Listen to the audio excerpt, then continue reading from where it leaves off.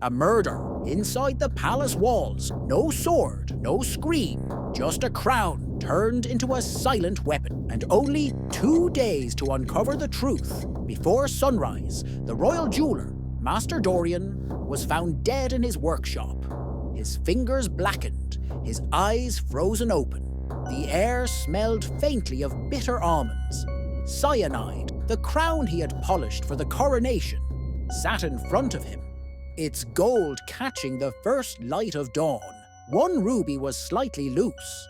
Only 3 people had entered the workshop the night before. Captain Varric, the chief of the royal guards, Lady Morel, the royal treasurer, Orwin, the king's personal scribe. Detectives James and David began in the barracks. Inside Varric's trunk, they found a rolled parchment, the crown's inner design. His boots carried a faint trace of gold dust, the same found on the crown's base. Varric claimed he was checking for ceremonial security. In the treasury, they examined Morel's ledgers. Page after page showed perfect accounts until they found one book hidden behind others, its numbers crossed out and rewritten. Gold coins were missing.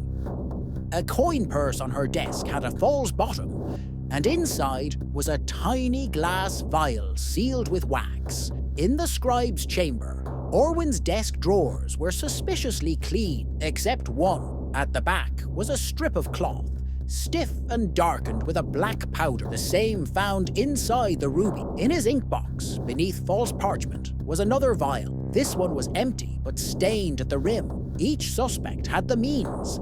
The detectives returned to the workshop for another search. This time, James noticed something almost invisible. A thread of deep red fabric melted into candle wax on the floor. Varric's ceremonial cloak was the exact shade of red. But then David spotted something else, a scrap of parchment under the workbench. It was part of a letter, the words half burned. "Cannot risk the crown. Payment will be delivered."